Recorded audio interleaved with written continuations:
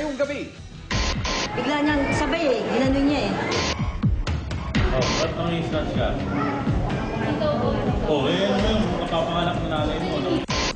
May pumasok ng alas 3 ng madaling araw para lang magnakaw ng dryer ng washing machine.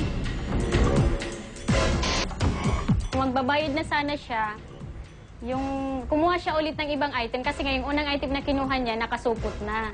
Tapos kumuha siya ulit ng item, tapos tinabunan niya yung cellphone. Tandem yun dalawang magnanakaw sa Lisig Group. Nakakita sila ng unsuspecting na potential target. Yun, nakita nila medyo pwedeng nakawin o pwedeng dukutan yung bag, ano?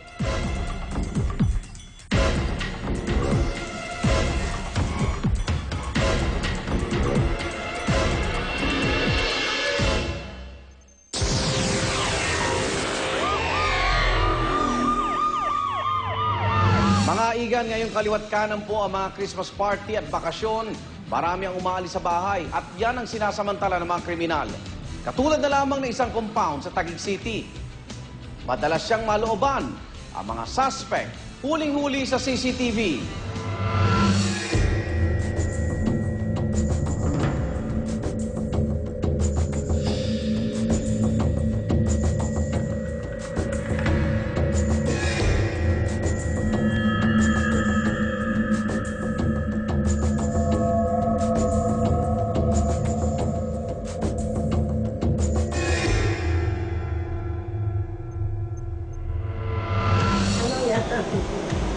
Tumawag kayo pamangkin ko sa Buda. Noong November 29 po, 10 a.m.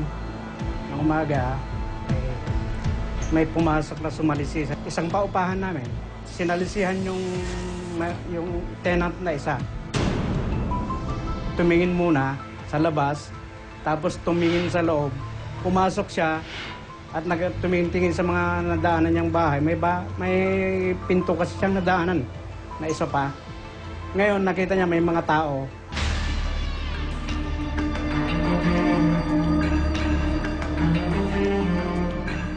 Tumiretso siya doon sa paupahan namin.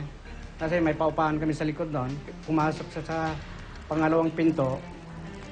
Nakapadlock pero maliit lang yung padlock. Pinutol niya ngayon yung padlock na maliit ng side cutter.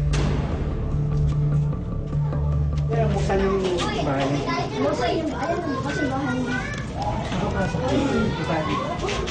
Ito po yung kuwan. Ito yung sinira nila. Sinira niya. Pinutol lang ng side cutter. Ito, may mga padlock kasi ito eh. May mga kuwan na yan. Kaya lang, kung nagsiguro siya, ay hindi siya nagsiguro, yung maliit lang ang nilagay.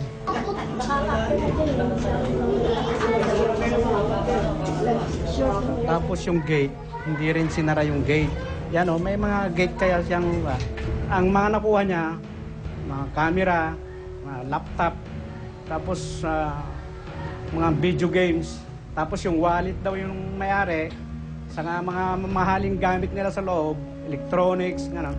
Lahat ng pakinabangan na mamahal, na may halaga, nila kinuha niya, pati yung bag na pinaglagyan niya nung pinaglakuan niya, dala niya lahat, 5 minutes lang ang tumagal, lumabas na siya. Hindi niya alam na sa parting yun ng building namin, may mga may mga CCTV kami. Mga binatilyo, mga binata, rampant ng nakawan dito, lalo sa gabi. Doon po naman sa kabilang paupahan namin, sa harapan ng building namin, yung may gate doon, 3 beses din na nakawan doon. Hindi nila alam na bago pa lang kasi kami nagpapakabit ng CCTV. Ngayon, yung mga hindi nila alam na may mga camera kami na nakatutok doon sa dadaanan nila.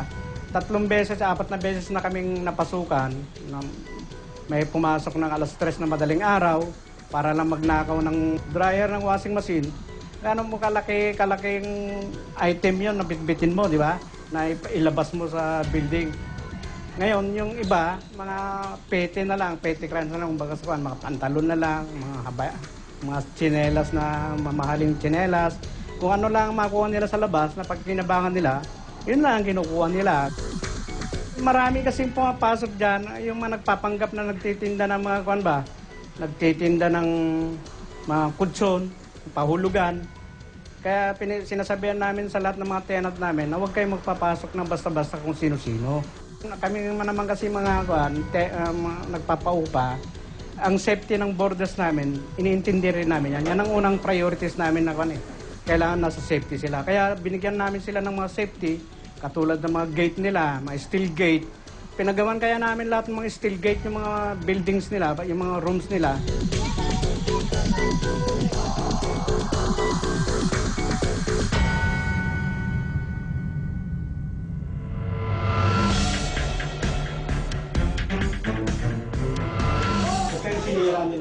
Para naman doon sa mga kababayan natin, sa pag-iingat ng kanilang mga bahay, dapat mag-invest din naman ng kahit papano sa security ng ating mga bahay.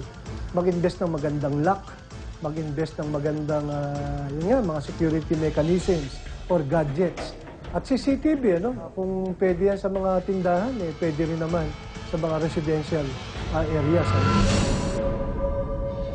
Yung isa naman ay may dalang payong na ginamit niya rin pang cover dun sa isa naman na tagabantay ng tindahan. At yun nga, yung isa naman, malayang malaya na nakuha yung kanilang tinatarget na goods,